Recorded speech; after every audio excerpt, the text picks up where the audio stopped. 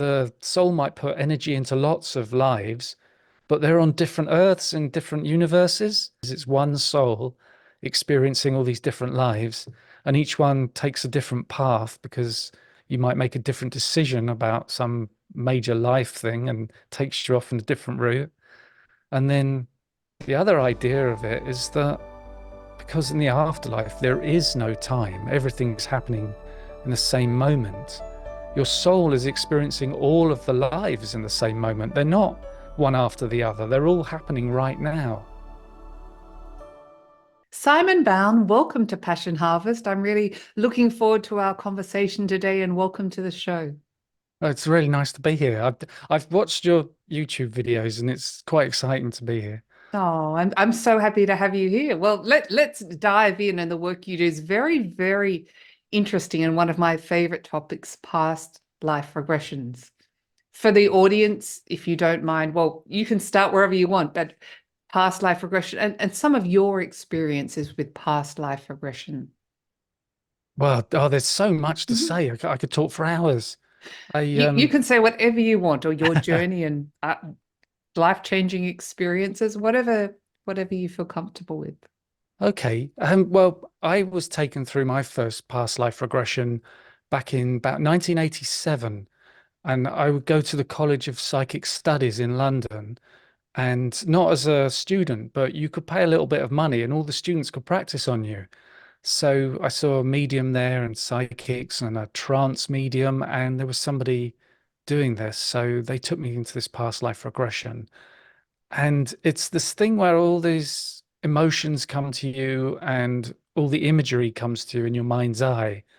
And so you really get a powerful experience. And I found myself as a 7-year-old girl in a park in London, and it was 1895, and I just knew the year, and I could see a woman and a man, and they had a pram with a baby in it, and that was my mum and dad and my little brother, and there was a dog running around, and I knew that was my dog. And I recognized the father as somebody that I knew in this life. So that I just knew that this person, there was a father in past life, but they were my best friend in this life. And one thing is that 2 years later, I was in a part of North London I'd never been to before. And there was the park, exactly as I'd seen it in the past life regression.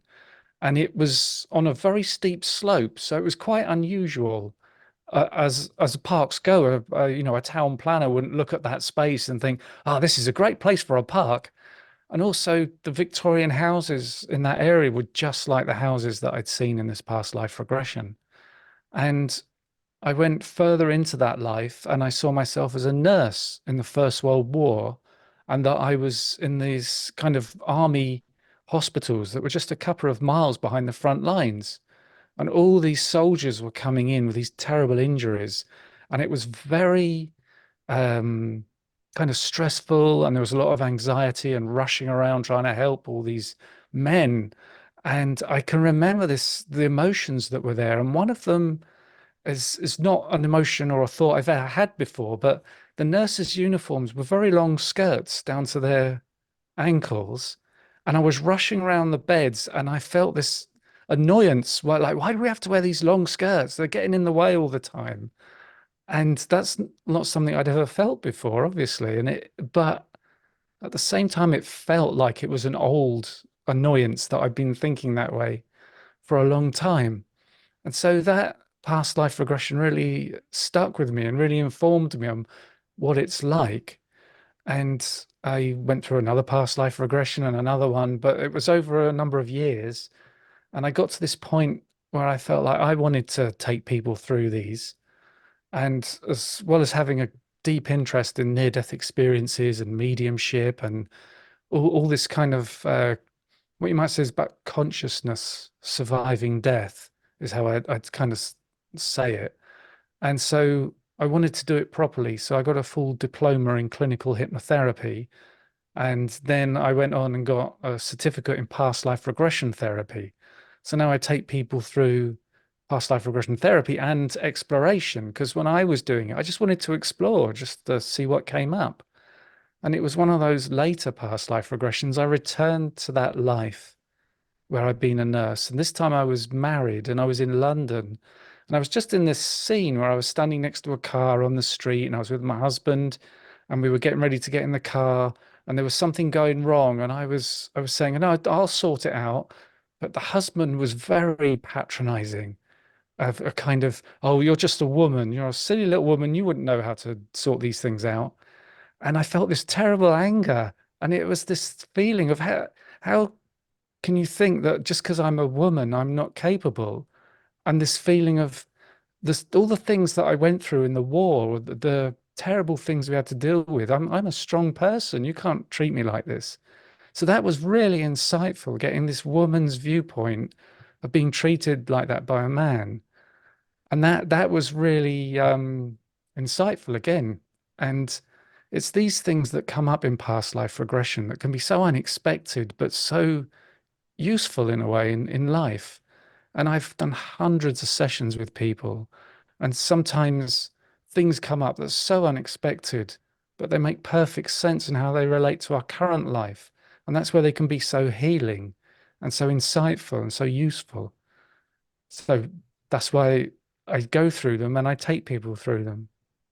That was wonderful. Thank you, Simon. And talking about the past life that you experienced, it's so specific. You had the date, you had all these experiences. Are you, for those that haven't had a past life regression, you're not only observing you in another life, you are feeling all the emotions, the experiences of that individual. Yeah, yeah. And when I take people through past life regressions, I often see people in tears. And afterwards, they never tell me off. They're like, how dare you make me cry? They're more like, wow, that was amazing.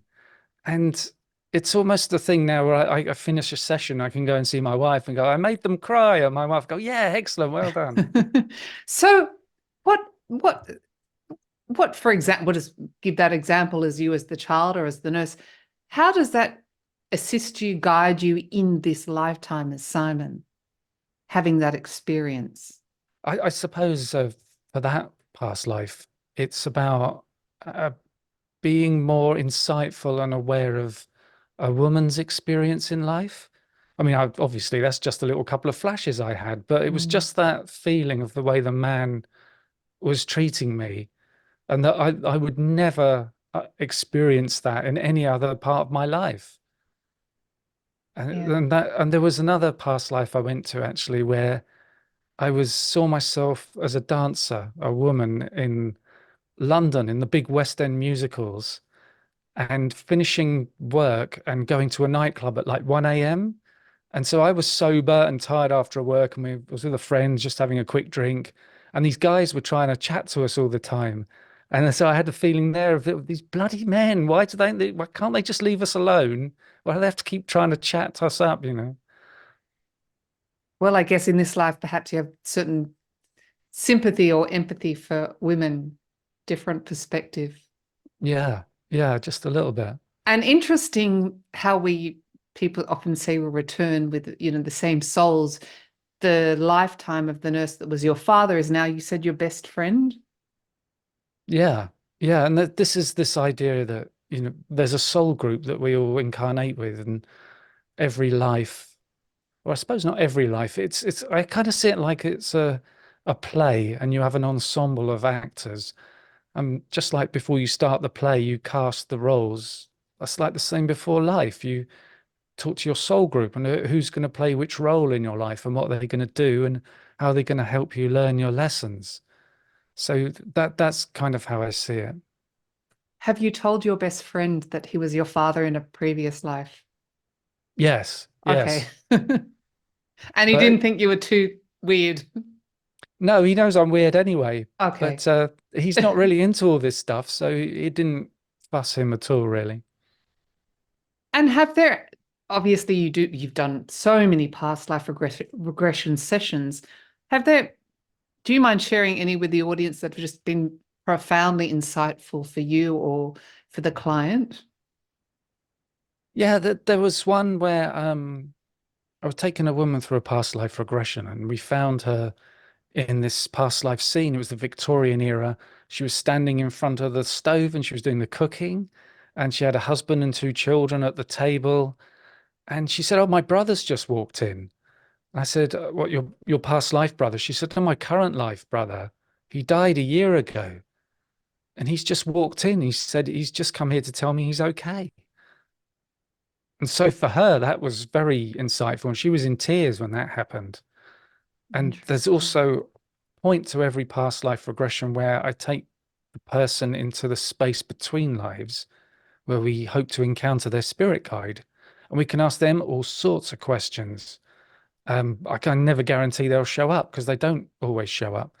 But there have been times in that space, deceased loved ones have shown up to say hello, or they've even turned out that the grandmother was their spirit guide or one of their spirit guides.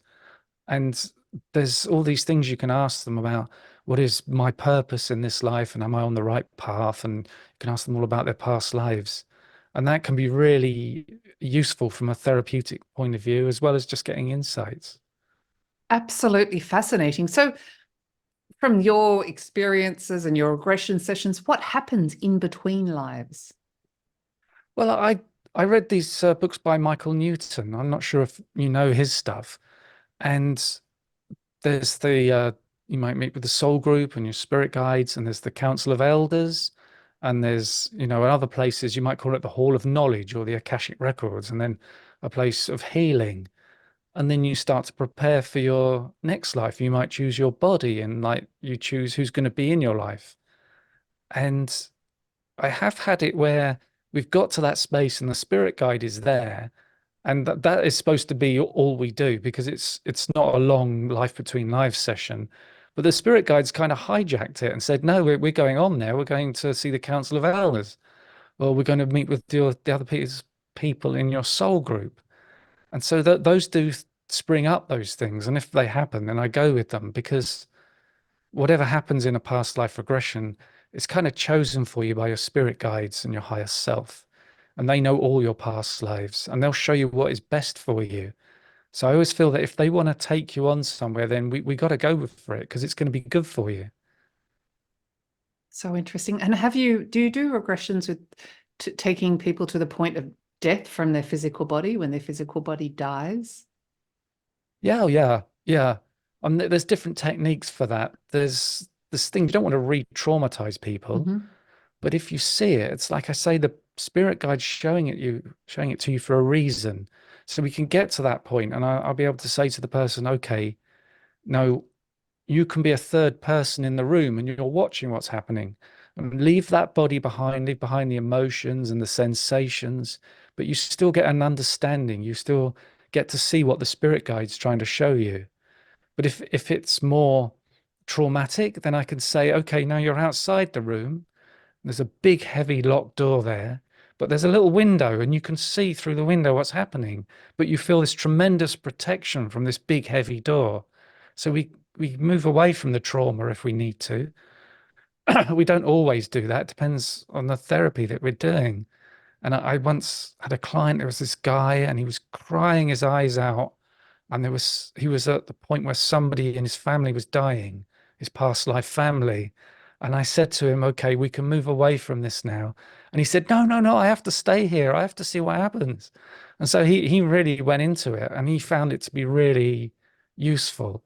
But it's a thing where sometimes you do past life regression therapy and you do several sessions and it kind of builds up and gets more intense as you go along. But because you've done the earlier sessions, you know how it feels and how it works, and you're more prepared to get into those spaces. It's just absolutely fascinating. So with soul purpose, and I mean, I'm always asked, what's my soul purpose? Is there common themes for a soul purpose or lessons that we choose to learn in this lifetime? And what I is a suppose, soul purpose for the yeah. audience if no one knows? Well, I suppose there's the thing is, what is your purpose in this life? Why are you here? What are you here to learn? That is the kind of thing. And like we can ask the spirit guide that when we get to that point, if they want to talk about it. But it's like an example I would give is myself again, my past life regressions. I have seen three different past lives where I was rejected. And I found that the lesson that I had chosen to learn in that life was rejection. But in one of the lives, I was with a partner and they said, I'm just going to go off and see my family for 3 or 4 days and I'll be back. I was like, okay. And then you hear from them and they sent a letter saying, I'm getting married. I'm never going to see you again. So that's a terrible rejection. But then I saw another life where I seemed to be a man in Mexico and he wasn't too clever and his parents looked after him his whole life. And if ever he had a job, he made a right mess of it and lost his job because he just wasn't too clever.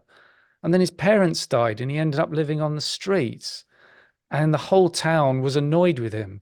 And this, it seemed to be about 300 or 400 years ago.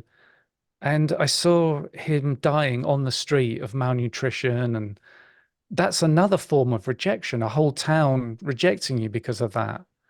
And so you could say, oh, I've come, my life's purpose is to learn about rejection, but you might have to do 10 or 20 lives, and each one's a different form of rejection. And then you might have another 10 or 20 lives, you're learning about something else. And so your soul is always trying to learn all this stuff from these different angles. And so you have lessons, and that may be your life purpose, what your soul is trying to learn.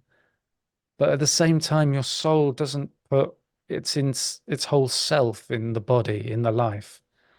And it may just decide to put 20% of its energy into that life, and then 20% of its energy in another life.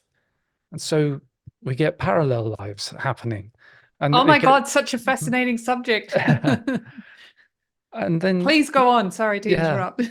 and then it gets more complicated because I've had people on my podcast who I've interviewed who said, yeah, but the soul might put energy into lots of lives, but they're on different Earths in different universes.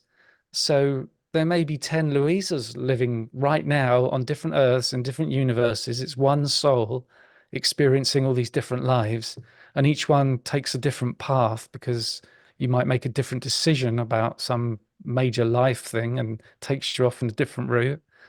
And then the other idea of it is that because in the afterlife, there is no time, everything's happening in the same moment. Your soul is experiencing all of the lives in the same moment. They're not one after the other, they're all happening right now. And that's why I kind of see it as like a tree, that, tree of life kind of thing is that the, uh, the trunk and the branches are the soul, and each leaf is a different life, and the tree's experiencing all the leaves at the same time. So that's a way of looking at it. And this another guy said to me, when one of your other lives on another Earth dies, they come and join you in this life. They don't go back to the center, back to the soul. And it's only when all of them have joined together that they go back into the soul, and the soul learns from all of this stuff.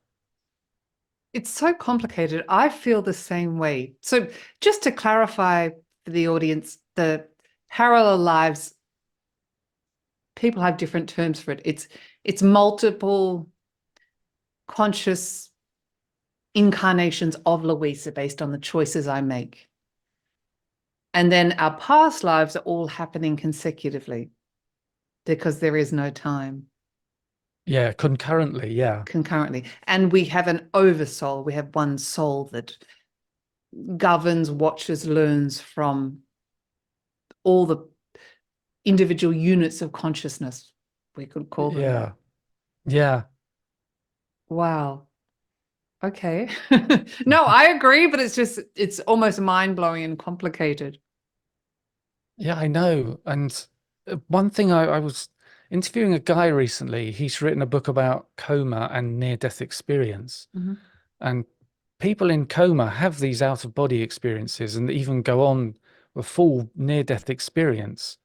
And they're rigged up to some devices, and doctors can see that they're not dead, but their brain is kind of almost flatlined. Not that they're dead, but it's at a very low level, and they can register any consciousness or any thought, or if you're having dreams, and they register nothing.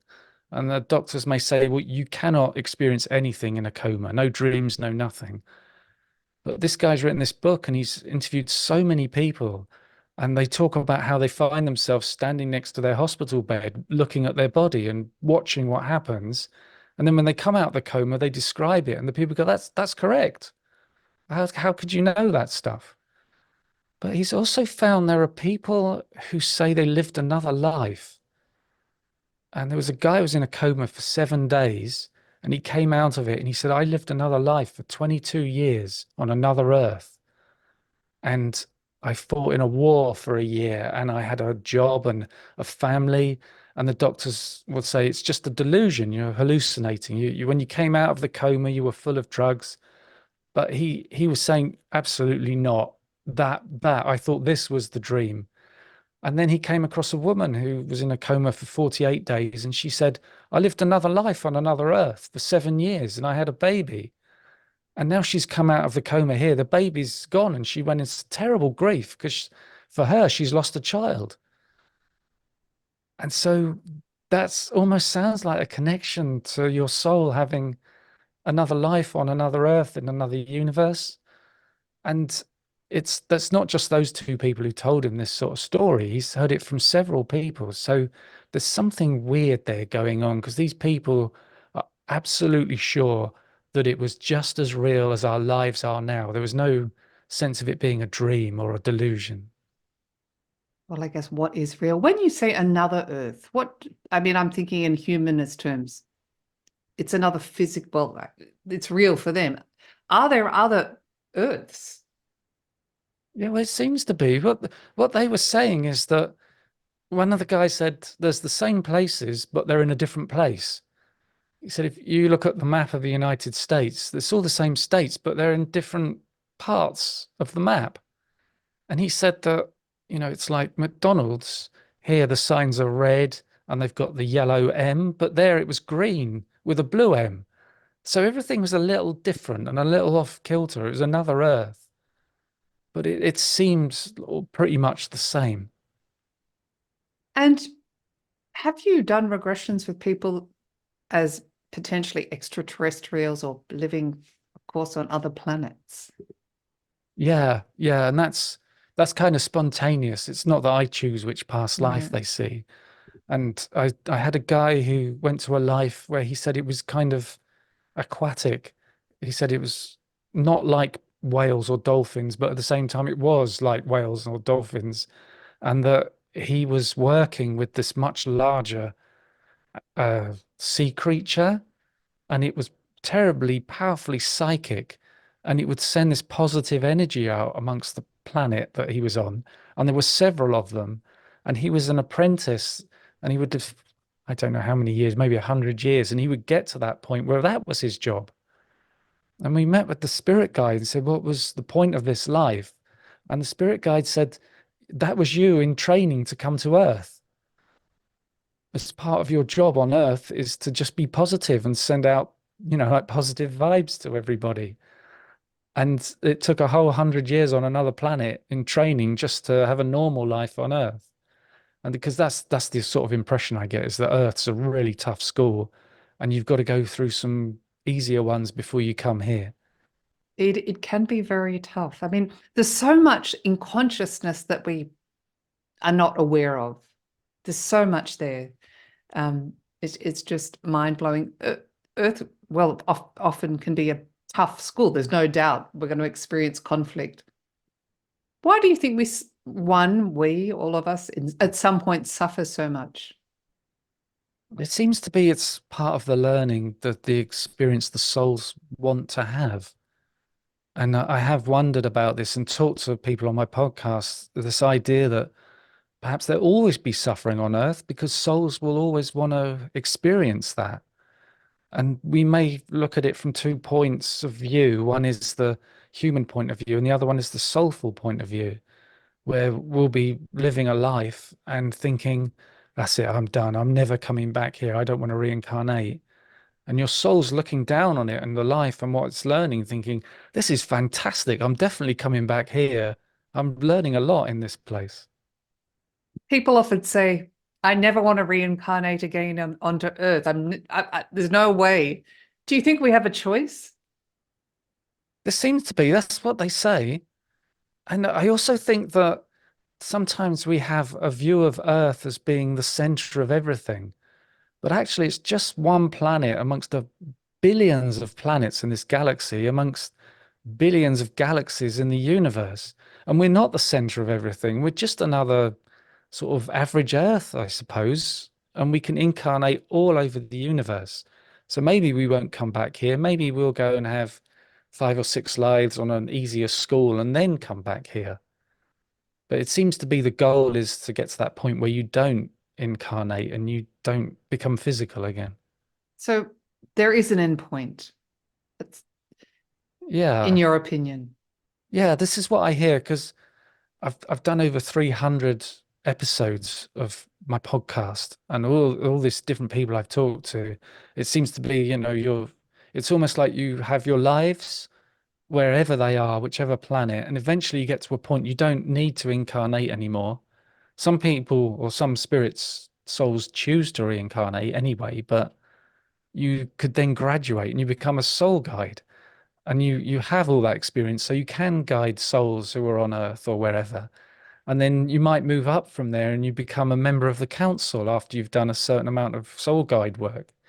And then from the council, you move on somewhere else. And I've heard of someone calling it the grand cycle, that you come down and you work your way up, and then you go back to, what they call source or the creator, and you go back there and you spend time there. And it's almost like that's the goal, that's the end point. But then you get sent out again to do another grand cycle. Oh no. Yeah. So Yeah. So what is the point of it all? I have no idea. We just got to live Honest our lives. answer. Yeah. What one thing I find is that when I talk to people who've had near-death experiences, they seem to have great insights. And, they talk about how it's all about love, and they tend to move away from materialistic things. They don't try and get lots of money in a big house and a nice car. It's more about helping people and being selfless. And I think that's more of the point of living a life on earth is it's not all about you. It's about others and, not being selfish, not being inconsiderate. Mm. 'Cause often it seems to be all about us, doesn't it? Simon, where's the best place? I will leave a link in the show notes. Where's the best place for people to connect with you? And you mentioned your podcast as well. Do you mind sharing that with the audience? Yeah, so the podcast, which way, oh, there it is. Yeah. Our Paranormal Afterlife. That's th over 300 episodes, and each one's an interview with somebody with some kind of experience or who's doing research. And I talk to near-death experiencers, mediums, doctors who research deathbed visions, children with past life memories. And that is, Spotify and Apple and everywhere. And my website is pastliveshypnosis.co.uk, and offer free consultation. You can go on my calendar and book it, and we talk for 20 minutes. And if you want to do a past life regression, try and work out if it's what you need, if it's what you want. And I've got another podcast, which is the Alien UFO podcast, and that's 100 episodes I've done so far. And that it's interesting because it's kind of linking up with my other podcast, where we're seeing afterlife stuff showing up in UFO stuff, and it's all connected in some way. And even though I've done 400 episodes, I feel like I'm just starting. There's so much to learn. There is. I want to ask you about alien UFO. Gosh, you're a busy man, by the way. Yeah, Just one last question on this spirit guides. Have you seen in your mind's eye or in your regression what your spirit guides look like? I have. It's like one thing I come across is spirit guides have a great sense of humor.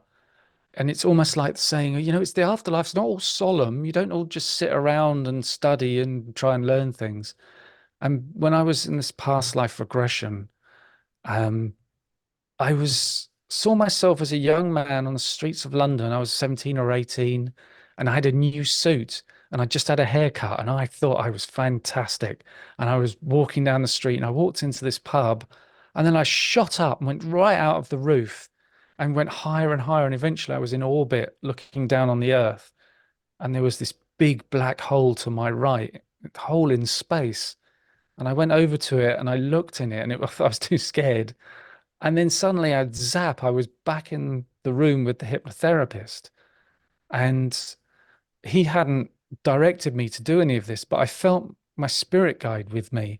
And it was almost like their cheek was touching my cheek and they were looking down, a huge smile on their face. And to my right, there was a wall about 3 feet away, but I could see 20 feet away. There was a whole group of people, maybe 20 of them, with this really bright light behind them. And I could just see the silhouettes. And I got this message that said, "We're so pleased you came here and did this today." And so I kind of got a vision of my spirit guide there, but then I passed into another past life regression. I went into that between lives space, and it was like a disco. And it was also like my soul group was there, and there was that Saturday Night Fever floor with all the lights, and they're all dancing, and there was a disco ball. And my spirit guide came over dancing, and he was doing the Macarena and walking like an Egyptian and dancing around, and we were talking about certain things. And then it seemed to get serious. And the thing was, the spirit guide morphed into a woman. And it's almost like now, if ever I encounter the spirit guide, you see the woman, and I think, uh-oh, we're getting serious. But with the spirit guide, that when you're presenting as male, it changes clothes and appearance. And there was a time where it was changing its appearance. Like every second, I'd see a different person. And it was kind of like the message was, don't look at me as one person. I've had all these lives. I'm all these people. And so with the spirit guides, it's almost like they can present themselves in any way they want, male or female, young or old, any way they want to look. And it's a thing where the unexpected spirit guides can show up sometimes as well. I've had them show up as horses or dogs, and they've shown up as just a ball of light. I've had them show up as like your grandparents, but they've said, "I'm not really your grandparent. This is just a way of appearing that will make you feel comfortable while we talk about this stuff." I love how you express that, because we always think they're fixed in one visual image, but of course their energy, their consciousness, so of course they can transform into whatever we notice, Yeah. whatever we Yeah. need at the time. So that's a really interesting way to describe it. What's your advice for the audience? How can we connect with our spirit guides more? Well, that's a question I asked them. We're in that space, and I've got a whole list of questions I work from, and that's one of them. How can we have stronger contact with you going forward? I almost always say meditation. It's a thing about having a clear mind and getting in that mind space. But there's also a thing of it's weird. It's almost like if you were doing the dishes, and it's something you can do on automatic, and so you start daydreaming and your mind starts wandering, and your mind goes into a different space then, and it's that sort of mind space as well that can have a connection. Yes, like sort of something monotonous and you just switched off. You're not thinking. I love that. Now I have to ask you about your podcast or aliens and UFOs. Yeah, well, for me, the way I am, it's like the more weird it is, the more interesting I find it. And so I've been talking to a lot of people who say they've had this thing of alien abduction, but they don't like to call it that. They call themselves experiencers, and they encounter ETs.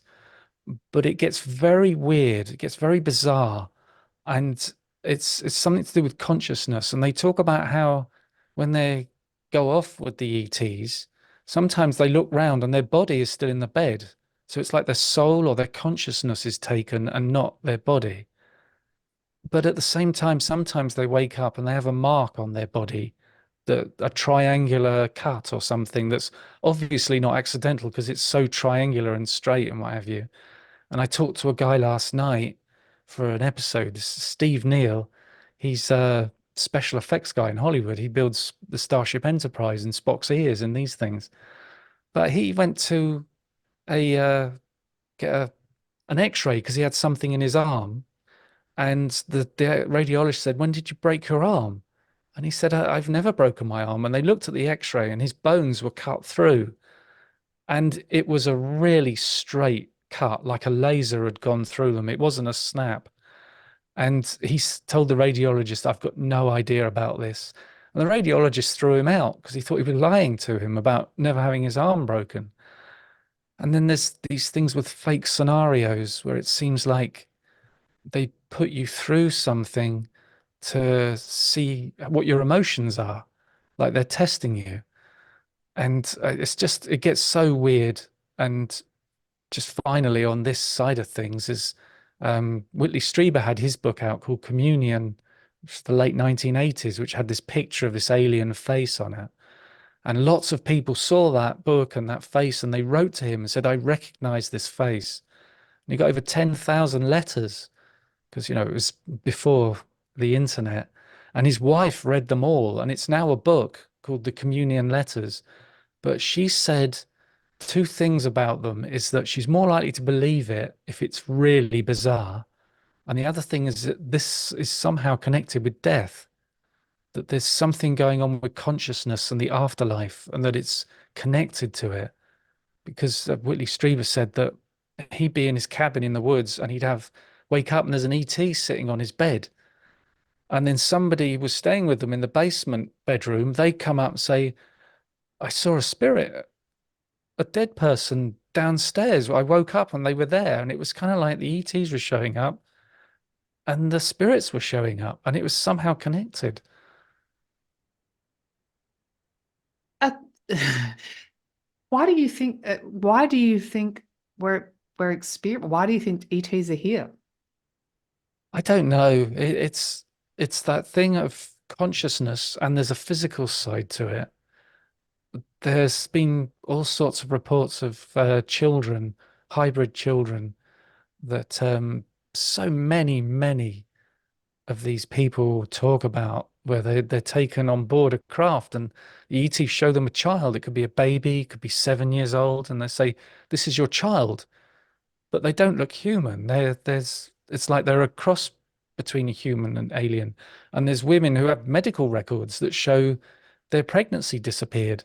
Maybe 3 months in, the baby's just gone. And they go and see the doctor, and the doctor says, "Oh, you had a miscarriage." And the woman's, "No, I didn't. I woke up and it was gone." And so that's something disturbing. And that seems to have kind of died out. That was happening in the 90s. And now people are saying they don't encounter that so much anymore. But there's also a thing where they're trying to educate people. They sit them down in front of what they kind of describe as a three-dimensional TV, and they're shown scenes of the Earth in a terrible state. And the aliens will say to them, "Look, you've got to sort out the climate. You're destroying the Earth's climate." And they were doing that back in the 80s, before we'd heard of climate change and all global warming and what have you. People were reporting the aliens saying to them, "You've got to sort the Earth out." So it just gets more and more complicated. It's like reincarnation. You could go on forever. So, okay, I could go on forever, but the majority of experiences are abductees. Were they terrified? Was it a horrific experience? Yeah, yeah, almost all of them. And they talk about being picked up by them sometimes twice a week, sometimes once a year. And it seems like if they take an interest in you, then that's it for life. They'll be contacting you, picking you up as you get older. And it seems to change when you get much older, that they start treating you more like an equal. And I think there's this terrifying thing where they turn up and they take you, and they can pick you up anywhere. It could be your bedroom at night, but it could be out of the car while you're driving to work, or it could be out of a restaurant. And I wonder if they control you and they lock you down and you are paralyzed. It's because we're crazy humans. Of course, they're going to paralyze us. We're going to start punching them. They have to protect themselves in some way. And when you get more used to them, they realize, or they judge you in a way and sort of think, well, I think they'll be all right. Let's not paralyze them, and we'll show them around the ship. And people talk about that, getting a tour of the ship or all sorts of weird things. And it's unpredictable and very confusing. And so you can't really have And a any little bit answers. scary. I have to, don't you get scared by these interviews? Not by the interview so much. A couple of nights ago, it was 3 o'clock in the morning and there was a flash of light in the bedroom. And I was awake and I thought, what was that? And I opened my eyes and there was a shadow figure on the other side of the room. And I realized it was my wife. And Oh, okay. she'd gone to the bathroom and then come back, and opening the door was the flash of light, and she was having a sip of water on the other side of the room. That was her as a shadow figure. And so that for me, that's like, oh no, they've come to get me. But it was her. That would scare me. I think waking up at 3 in the morning and finding them in the bedroom would scare me. I Any don't time know. would probably scare me. Yeah. And well, I have seen a couple of UFOs Have close you? up. So that was quite exciting. And I wish I'd had a camera, but one of them was the early 90s, and there were no mobile phones with cameras. And the other time I was driving and there was no opportunity to pick the phone up and take a picture. But I saw a stationary craft 25 feet off the ground, just 200 feet from me. And it was completely silent. It didn't move an inch. It was covered in lights. And I don't know what it was, because you kind of go through a mental checklist and you think, Yeah. well, it's not a helicopter. That would be making a lot of noise. It's not an aircraft because it's stationary. It's not a hot air balloon. And you can't kind of say exactly what it is. But at the same time, I wouldn't say, oh, it's definitely an alien spaceship. I just can't say what it was. Mm, interesting. As we both said before, there's so much out there in consciousness that we're just not consciously aware of.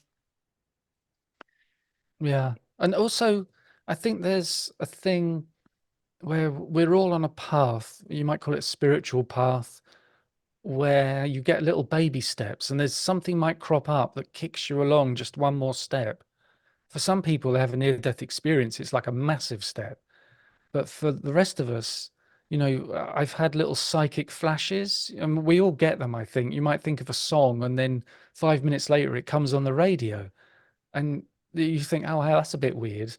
And then if all these little things start happening, and you start beginning to think, well, there's something to this. And I wonder if a UFO in the sky, me seeing it like it did, it wasn't an accident. They knew I was coming and they showed themselves to me. And it was just another step on my path. And that's where I find it's all kind of connected, that there's all these little things like these dreams that crop up. And, I had a dream after my mother-in-law died where she came and visited me in the dream. And that dream was like no other dream I've ever had. It was so clear. And I can see it in my mind right now, every part of it and what happened. And I don't have dreams like that. That was very lucid. And it's almost like there's another step. And it was my mother-in-law coming to say, I'm okay, and she came to me because she knows I'm into all this stuff. Maybe if she had gone to my wife would have dismissed it as a dream. Yeah, nothing happens by accident. I don't think so.